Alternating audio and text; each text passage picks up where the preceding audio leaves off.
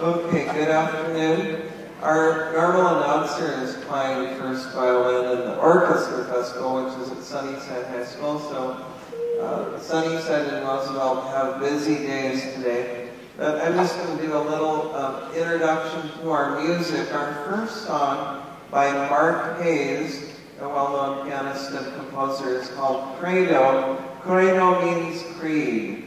Our second song is in French, and it's called Amour à pouvoir sur les deux. And it's about love. The English words have nothing to do with the actual French text. A note to Mr. Bryan, it's just totally different. It's about the perils of love and all these things. And then, thirdly, we're going to close with Come In From the Firefly Darkness, an original song by Amy Feldman Vernon, the Bullard Talent Concert Choir. Michelle Graves is our accompanist. I'm Randy Berger.